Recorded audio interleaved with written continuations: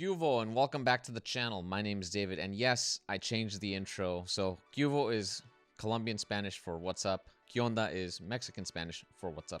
So don't freak out if I change the Spanish on you. Gyuvo is going to be more for reviews. ¿Qué onda is going to be for the POV videos. But anyways, monologuing aside, today we're talking about RF 50mm 1.2. This thing's freaking massive. I mean, look at that freaking element, man. I love it. It's a hefty lens.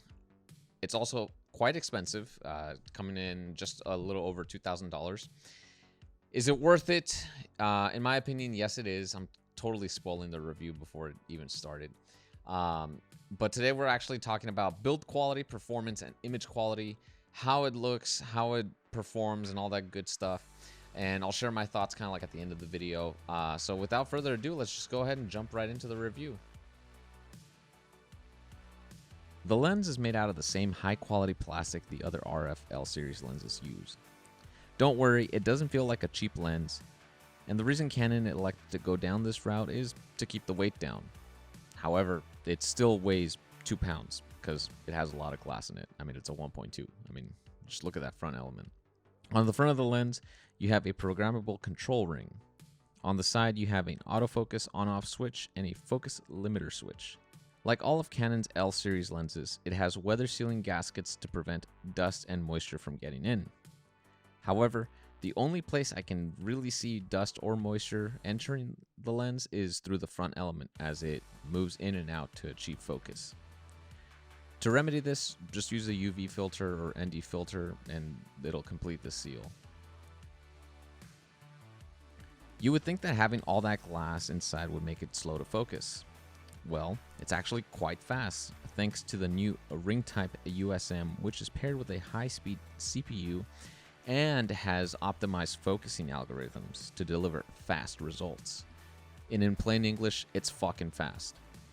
The motor is on the quiet side, but if you do have a microphone plugged into your camera, you will hear it as, you know, the elements are moving because it's a lot of glass to move.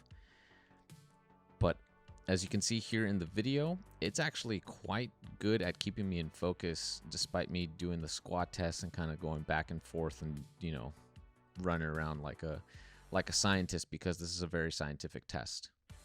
But no issues whatsoever with autofocus. I think it's a solid performer. This lens was meant to be shot wide open.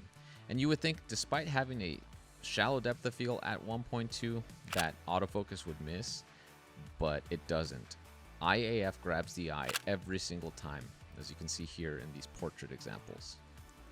The bokeh is kind of like a cat eye, like lemon oval shape, but other than that, it just produces a really like dreamy look to the image.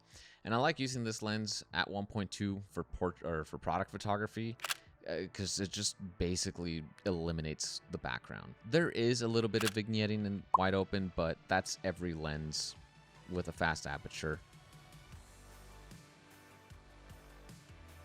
Now, who is this lens for? At $2,300, this lens is definitely for the working professional who shoots events, portraits, and even product photography. Canon went all out with this lens, giving you a tool that has stellar performance and superb image quality. I'm excited to see what other fast primes Canon has planned for the future of the RF mount. And also, if you are considering a 50mm but don't want to spend the money, consider the nifty 50 RF 50mm 1.8. So there you go. Hopefully you found this video helpful, and if you did, go ahead and give it a like, comment, and subscribe, not in that particular order. And if you didn't like the video for whatever reason, or if you don't like me cussing, dropping F-bombs, and all that good stuff, double tap the dislike button twice. Trust me, it really works. I'll see you guys in the next video, and until then, bye, or peace, or whatever the hell I'm supposed to say. Oh yeah, be badass. Also, the caffeine just hit me, so I'm like super wired. I'll see you guys next time. Bye.